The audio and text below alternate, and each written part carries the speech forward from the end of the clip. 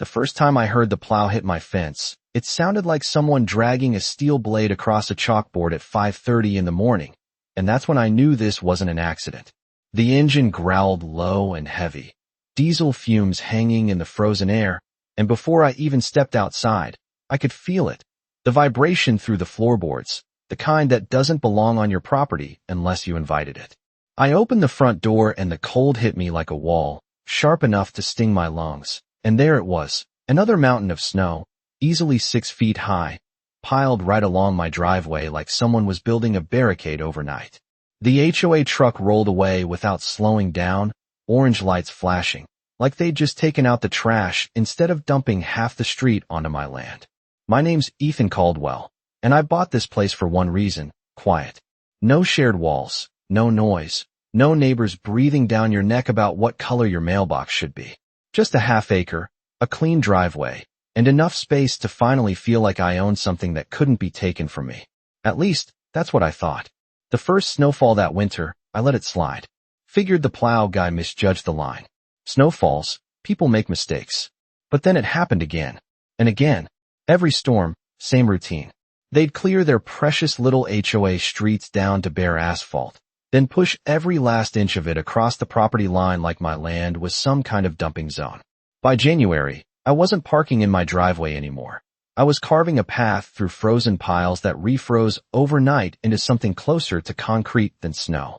I started noticing details. The angle of the piles. The way they always stopped just short of the HOA curb, like someone had drawn a clean invisible line. This wasn't sloppy work. This was deliberate. I set up a camera by the mailbox. Nothing fancy, just enough to catch headlights and movement. First storm after that, I didn't even need to check twice. The footage showed it clear as day. The plow slowed down right at my property line, blade angled just enough to send everything onto my side, like it was part of the job description. And then I met her, Linda Harper, HOA president, mid-50s, perfect hair, smile that never quite reached her eyes. She stood there in a pressed winter coat like she owned the entire block and told me, calm as anything, "It's just snow, Ethan. It melts." I remember the way the cold air fogged between us, the crunch of ice under my boots, the sound of her SUV idling behind her like punctuation at the end of every sentence. Just snow. That's what she called it. But here's the thing nobody tells you about snow. If you leave it long enough, if you pack it down right, it stops being soft. It hardens. It holds shape. And standing there, staring at that 6-foot pile creeping further into my property with every storm, I realized something she didn't. They weren't just dumping snow on my land. They were delivering the exact material I needed. They just didn't know what I was going to turn it into. I stopped arguing after that conversation, because arguing with someone like Linda is like shoveling snow in a blizzard. You just end up tired while the pile keeps growing anyway. Instead, I started paying attention. Every morning after a storm, I would step outside before the sun came up, boots crunching over that thin layer of ice that forms overnight, and I would just stand there for a minute, looking at what they left behind. The piles were not random. They followed a pattern.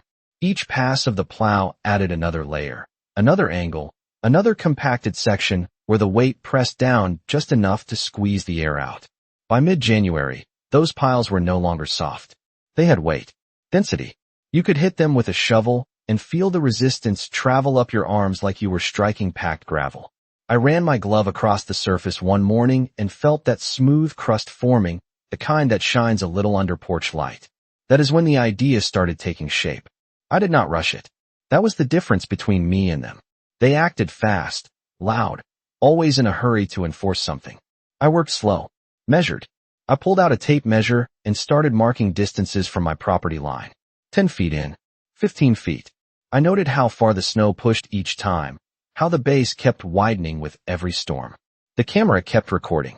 Every pass, every angle of that plow, blade, every time it crossed that invisible line and treated my land like overflow storage. By February, the piles were reaching nearly 7 feet in some sections, stacked in uneven ridges that blocked half my driveway and cast long shadows across the yard by late afternoon. That was when I brought out the skid steer. Nothing flashy, just a compact machine I had used on job sites for years, the kind that hums low and steady, dependable. The first night I fired it up, the engine cut through the silence like a quiet decision being made. I did not remove the snow. I reshaped it. Slow passes. Packing it down. Pressing layers together. You could feel the difference immediately. The bucket met resistance, then gave just enough, compressing everything tighter, denser. Snow does not just sit there when you work it right. It transforms. The loose powder disappears, replaced by something solid, something that holds its form. Night after night, I worked in sections, building structure into what they thought was just waste. The cold helped me. Temperatures dropped into the teens, sometimes single digits, and everything I packed froze harder by morning. It stopped looking like piles. It started looking intentional. Of course, Linda noticed. She always did. She pulled up one afternoon, window halfway down, sunglasses on even though the sky was gray. She watched me for a few seconds, the engine idling, the faint smell of exhaust mixing with the cold air. Then she gave that same tight smile. "Trying to clean up your mess, Ethan?" she said, like she had not been the one delivering it all winter. I shut the machine off and let the silence sit there between us. "Just organizing it," I said. She nodded like she did not care, but I saw it in the way her fingers tightened on the steering wheel. She thought I was still reacting, still dealing with a problem.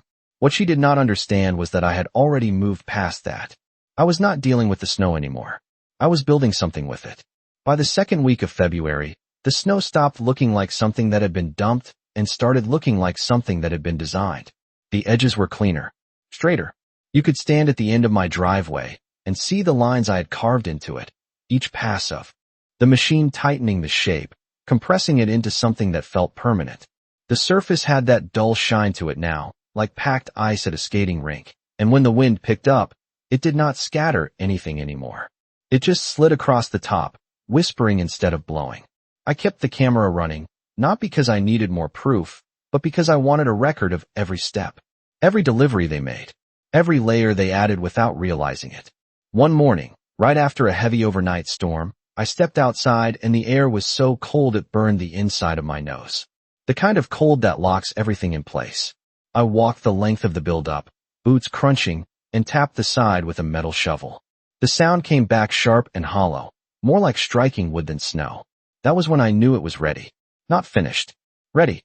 Linda came by again that afternoon, this time with another SUV trailing behind her, probably someone from the HOA board.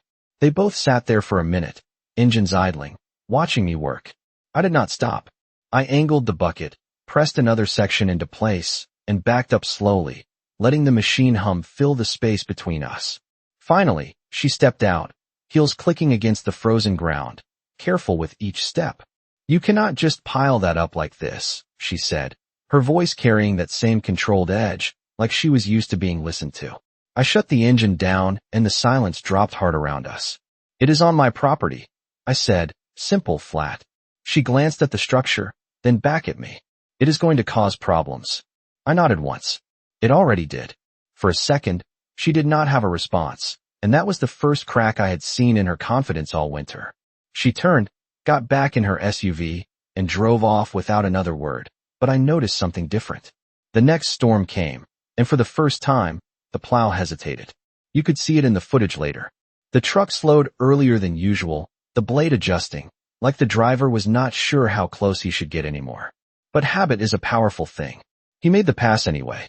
More snow pushed over. More material added to the base I had been.